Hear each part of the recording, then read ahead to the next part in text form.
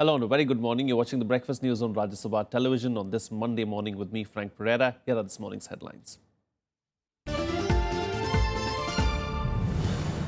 Government gives into demands of Jats, willing to accommodate demand for quota in OBC category. Committee set up under Union Minister Venkaiah Naidu, Haryana government to bring bill in upcoming assembly session.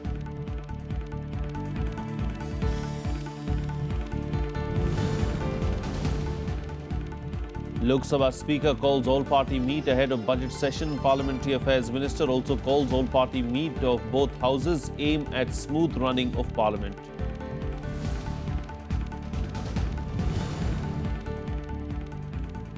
Armed forces lose 5 men in an encounter in Pampore. One militant also gunned down. Anti-insurgency grid in Jammu put on high alert.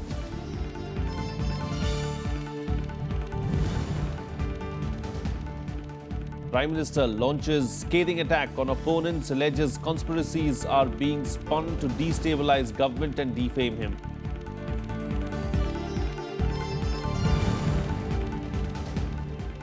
And nearly 140 people killed in Islamic State bombings in Syrian cities of Homs and Damascus. Latest carnage after move on cessation of hostilities.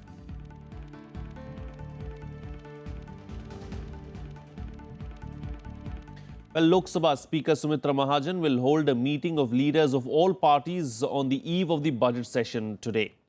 The meeting comes after a similar meeting by the Rajya Sabha chairman. The session is expected to be stormy, with the opposition united over various issues like JNU, Rohit Vemula's suicide and the Pathankot terror attack. The government that is pushing for crucial legislations including GST is looking for cooperation from the opposition. Parliamentary Affairs Minister M. Venkaiah Naidu will also hold an all-party meeting of leaders of both houses today.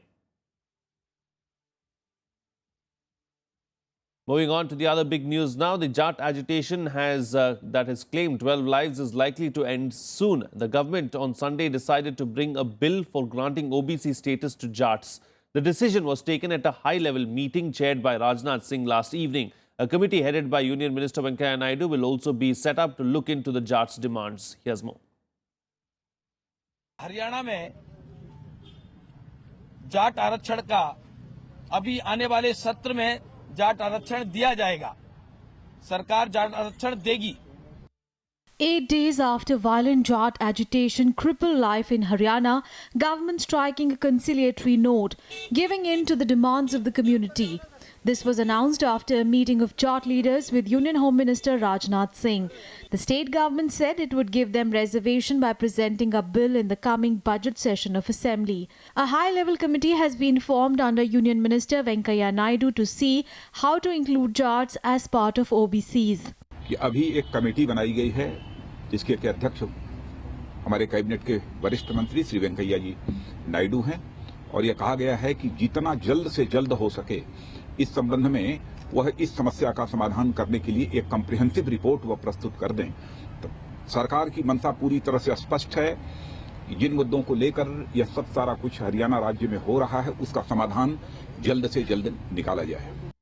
After the announcement, late evening on Sunday, blockades were partially lifted from Panipat, Jind, Kaithal, Bhiwani districts, along with that from National Highway 1. During the day, protests had spread wider, with Jats blocking the Shimla Highway near Panchkula and the Bahadurgarh Road to Haryana from Delhi. Curfew was in place at several towns and districts including Rohtak, Bhiwani, Sonipat, Jhajjar, Hisar and Hansi. Several trains running across the state were cancelled, and Delhi is witnessing a massive water crisis due to the blockade. Shrikant Jadhav, the Inspector General of Rohtak, the district that saw most violence, has been transferred. 12 people died and 150 have been injured over the 8 days of protests. अभी appeal कर रहा हूँ सोनीपत में जितने भी हमारे आदमी वहाँ लगे हुए हैं उन सब से अपील कर रहा हूँ कि वो पूरे हरियाणा के आदमियों को संदेश दे रहा हूँ कि वो सब अपने अपने आरक्षण का जो जितनी समितियां हैं उनको खत्म करके अपने घर पे चले जाएं। With the announcement, semblance of normalcy is expected across the state. The agitating members of the Jat community have been demanding their inclusion in the OBC category and thereby reservation in government jobs. The erstwhile Bhupinder Singh Hooda government had given special backward caste to Jats in 2013, but it was stayed by the Punjab and Haryana High Court last year. The Supreme Court too had rejected inclusion of Jats into the central OBC list. Bureau Report, Rajya Sabha TV. Well, moving on, now the forces have suffered 5 casualties in the encounter that is raging in Pampore in South Kashmir. 3 to 4 heavily armed militants are holed up inside a multi-storied government building since Saturday. The counter-insurgency grid in Jammu has been put on high alert. Here's more. Heavily armed militants holed up inside the building of the Entrepreneurship Development Institute on the Jammu-Srinagar National Highway in Pampore in South Kashmir since Saturday.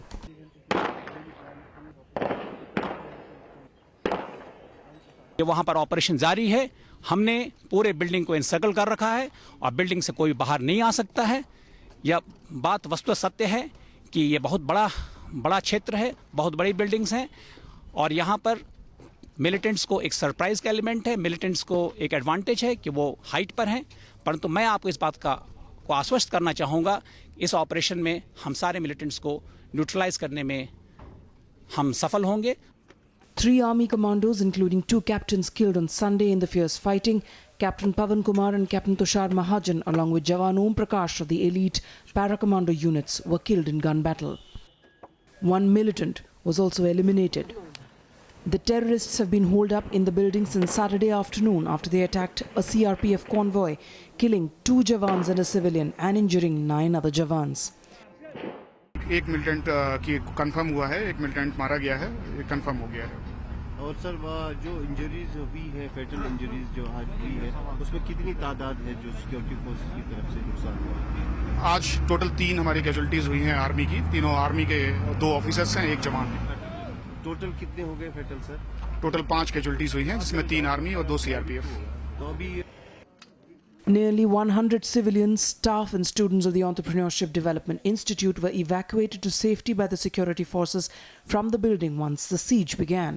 The multi-storied government building caught fire as the encounter continued till late last night. 3 to 4 heavily armed terrorists are suspected to be holed up inside. It's very unfortunate. I mean, these attacks are still happening and it will take time. Security forces have been put on high alert across the Jammu region. The counter-insurgency grid in Jammu has been put on high alert, and security has been tightened at all vital installations, including the airport and the railway station in the region. The quick reaction teams of the police have been kept on standby, and personnel at all checkposts in the region have been asked to remain alert. All entry points to Jammu from the border areas have been sealed, and vehicles entering the city are being checked thoroughly. The border security force too is maintaining a tight vigil. Bureau Report, Rajya Sabha TV. In other news now, Prime Minister Narendra Modi launched a scathing attack on opponents during a rally in Odisha. He alleged that there is a concerted effort to destabilize his government and defame him. The Prime Minister, however, assured that his government is committed to reforms at all cost. Prime Minister launching a counter-attack against detractors, alleging disgruntled NGOs and black marketers were conspiring to destabilize the government and defame him. पहले विदेशों से धन आता था, कुछ NGO को हमने कहा भाई आए भले आए, हिसाब तो दो। लेकिन जब से हमने हिसाब मांगना शुरू किया तो ये सारे इकट्ठे हो गए और सुबह शाम षड्यंत्र करते हैं कि मोदी को कैसे खत्म किया जाए। आपने मुझे चुना है इन बीमारियों से देश को बाहर लाने के लिए। The Prime Minister reiterating at the rally in Odisha that he will not bow to any such agenda. Earlier, the Prime Minister was in Chhattisgarh, where he launched the ambitious Rurban mission for developing 300 villages across the country as urban growth centers. The Prime Minister said that 50 million houses would be built for the poor by 2022 under a government scheme. हमने सपना देखा है कि जब आजादी के 75 साल हो तब हिंदुस्तान के गरीब को भी अपना घर हो। 2022 तक 5 करोड़ घर बनाने। After his Odisha stop, the Prime Minister flew to Kolkata, where he inaugurated the centenary celebration of Sri Gaudiya Mutt and mission. The Prime Minister underlined the importance of the Bhakti movement in freedom struggle. He said that India is not a country bound by communities, but by the unbreakable bond of spirituality. Prime Minister Modi arrived in his Lok Sabha constituency Varanasi last night. He will be taking part in the birth anniversary celebrations of the 15th century Dalit poet and mystic Ravidas, besides attending the convocation ceremony at the Banaras Hindu University today. Bureau Report, Rajya Sabha TV. Well, let's now take a look at the news and events lined up for the day in our segment, The Day Ahead. Union Minister of Water Resources Uma Bharti will inaugurate Jal Manthan 2 today in Delhi. The main theme of the two-day event is Integrated Approach for Sustainable Water Management. The event will have consultations and discussions on river basin approach for sustainable development, water management and need for a national legislation on water. A Congress Working Committee meeting later today is expected to set the tone for the budget session of Parliament. The party is agitated over a number of issues, including the JNU row. The meeting is being held to discuss the current political situation, according to Party General Secretary Janardhan Dwivedi.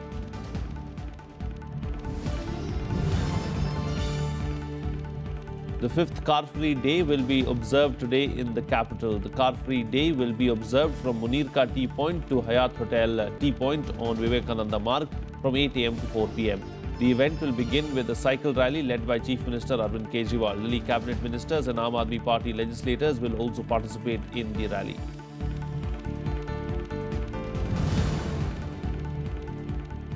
UN Syria envoy Staffan de Mistura will hold talks with Syria's foreign minister.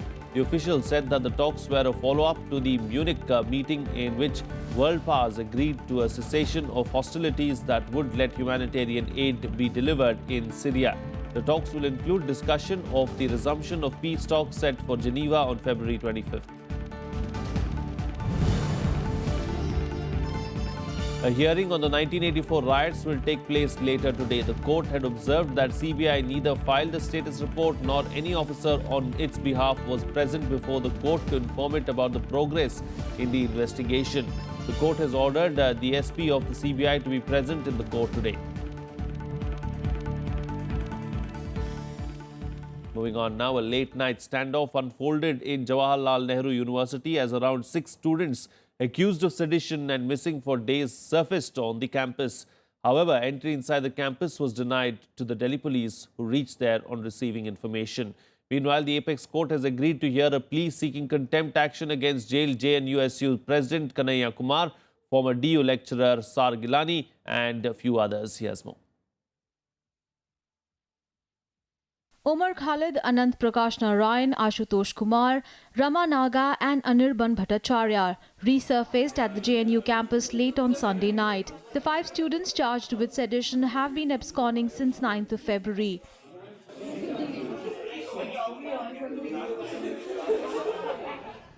A police team was rushed to the campus on receiving the information but was not allowed entry into the varsity. A list of around 50 people associated with the event that took place on 9th of February has been prepared by the police.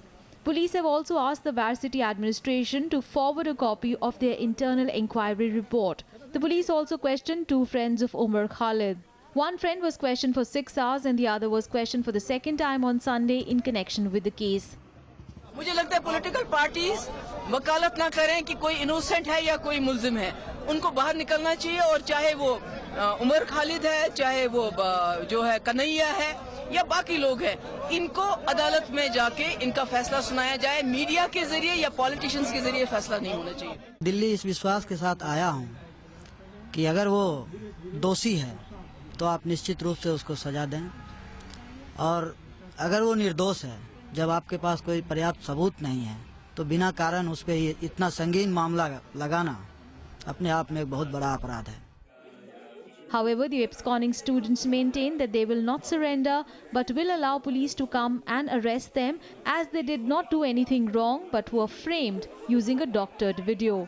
Meanwhile, the tussle between the centre and the opposition continues, where opposition alleges that the government is using the archaic sedition law to restrict free speech and demand immediate release of JNUSU President Kanhaiya Kumar. On the other hand, ABVP supporters, including the lawyers who created violence at Patiala House Court, said that anti-nationals must be punished. Bureau Report, Rajya Sabha TV. Well, it's time for a short break now, but news and updates will continue on the other side. Stay tuned. We'll be right back.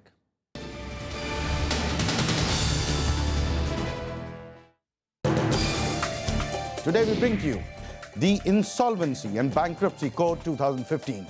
It will give one clear platform to all the creditors, partnership firms, individuals who have been facing any problem in terms of bankruptcy.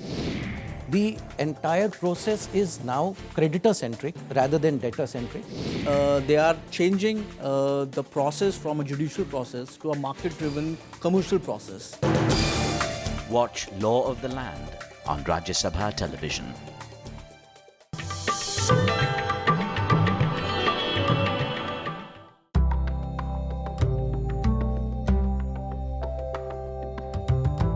The art of painting comes to us from the prehistoric period.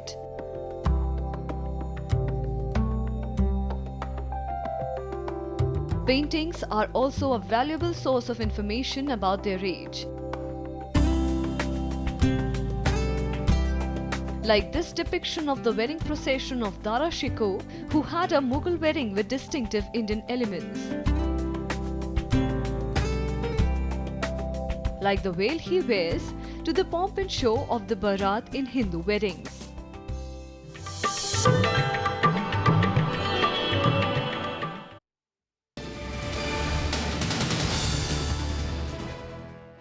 Welcome back. You're watching Rajya Sabha television. Well, 10 dissident MLAs in the Tamil Nadu Assembly, including 8 from the main opposition DMDK, have tendered their resignation to Speaker P. Dhanpal.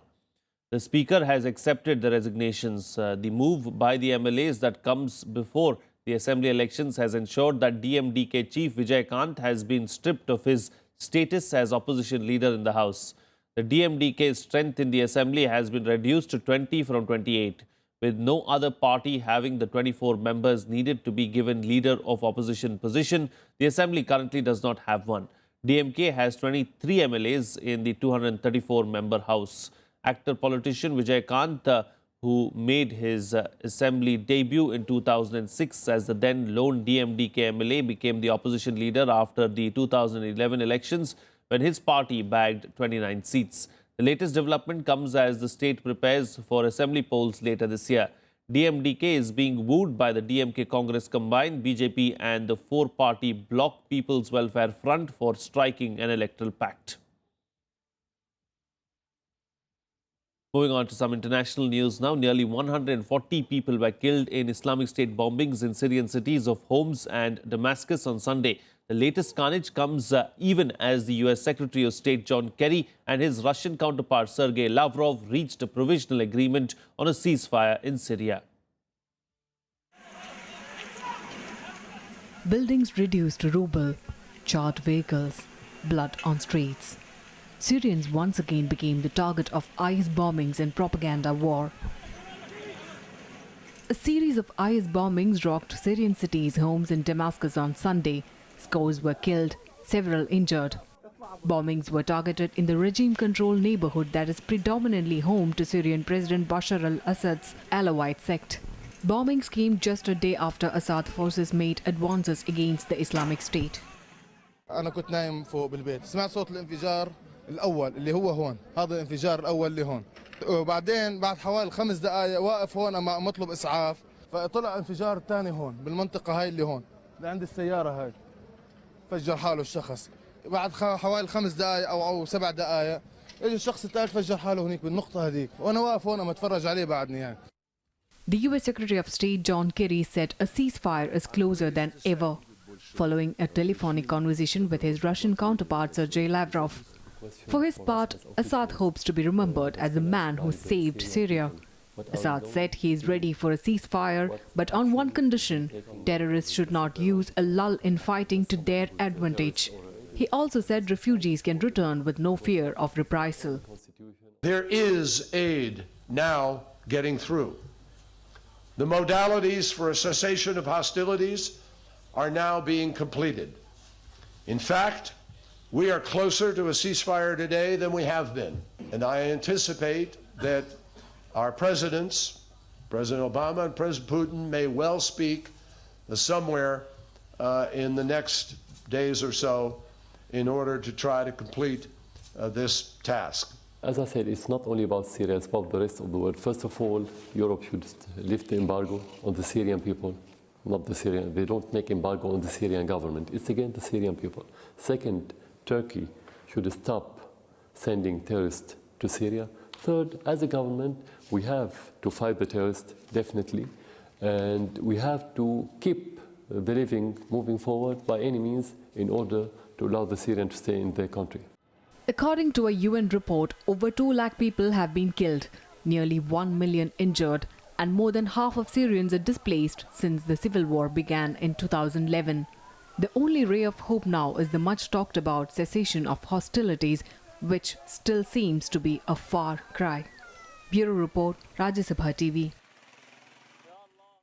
Meanwhile, in an unprecedented turn of events in the United States presidential race, Republican candidate Jeb Bush has withdrawn his campaign, ending what had been one of the most promising and well-funded campaigns. The former Florida governor was considered a front-runner for his party's nomination, but following 3 dismal performances in Iowa, New Hampshire and then South Carolina, Jeb seems to have read the writing on the wall.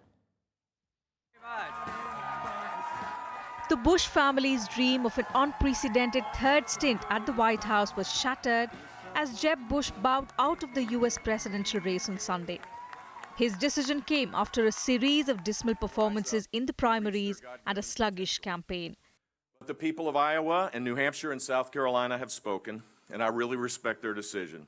So tonight, I am suspending my campaign. The son of former President George H.W. Bush and brother of former President George W. Bush, Jeb entered the 2016 campaign as the favorite, but was unable to convert a sizable fundraising advantage into success at the polls. He even robbed his elder brother, who made his first public political campaign rally after leaving the White House on the 20th of January 2009, but did not manage to get enough votes. His disappointing finish in South Carolina, a distant 4th at 7.8% votes behind Donald Trump, Marco Rubio and Ted Cruz, became the final straw for his floundering campaign. In an emotional speech, the Florida governor announced his suspension from the race while congratulating other competitors. I congratulate my competitors that are remaining on the island on their success for a race that has been hard fought, just as the contest for the presidency should be, because it is a tough job. Meanwhile, the other Republican, Donald Trump, cemented his status as the man to beat for his party's nomination. He easily defeated Florida Senator Marco Rubio and Texas Senator Ted Cruz, who were in a close fight for the second place. A number of the pundits said, well, if a couple of the other candidates dropped out, if you add their scores together, it's going to equal Trump.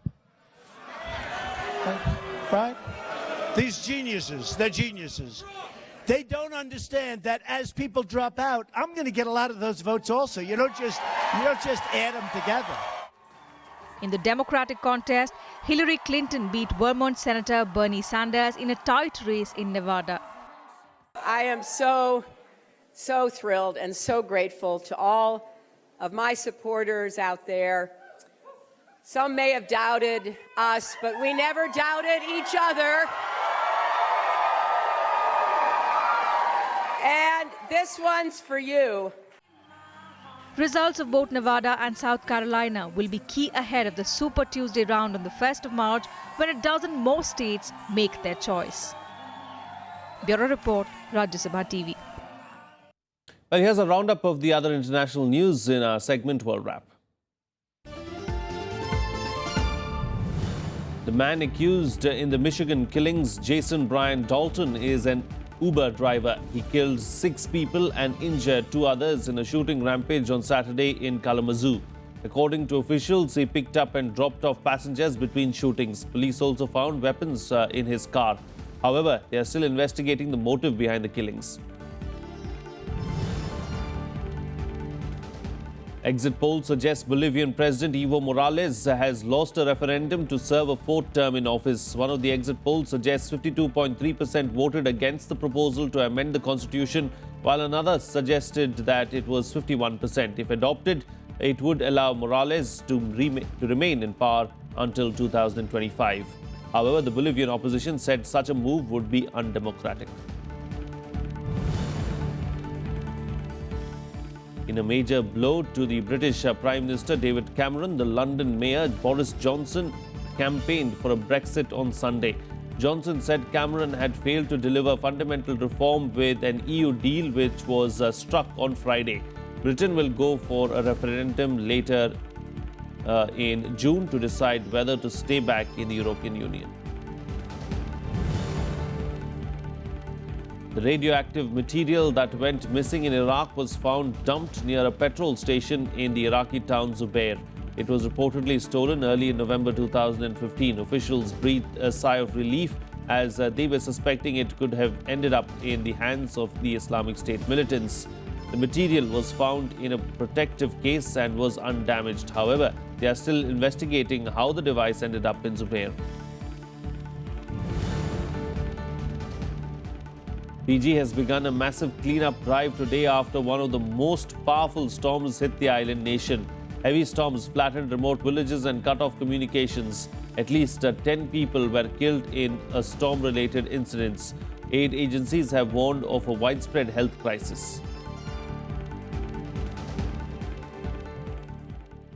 Well, let's now shift gears and bring you an update from the sports world in our sports beat. England's women cricket team added the T20 series to their one-day success over South Africa by winning the deciding match in Johannesburg. Sarah Taylor hit 60 of 40 balls, and despite losing 3 wickets in 8 balls, England chased 132 with 27 balls to spare.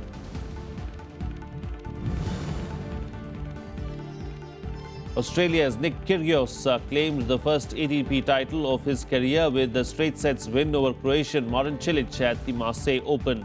Kyrgios hit 17 aces in victory as he finished the week without dropping a set or losing a single service game. The world number 41 beat top 10 players Richard Gasquet and Thomas Berdych in the quarter and semi-finals. South Africa has swept to a comprehensive 9-wicket victory over England in the second T20 to seal a 2-0 series win. AB de Villiers smashed 71 of 29 balls as the hosts chased down 172 with 5.2 overs to spare in Johannesburg. This defeat was England's 5th in succession and means they ended a tour with losses in both the one-day and T20 series. Chelsea swept aside below-strength Manchester City to reach the FA Cup quarter-finals. Eden Hazard curled in a free kick and Bertrand Traore's header looped over City keeper Caballero to complete an emphatic win for Chelsea. Chelsea will travel to Everton in the quarter-finals. Well, that's it on this edition of the Breakfast News. Have a good day.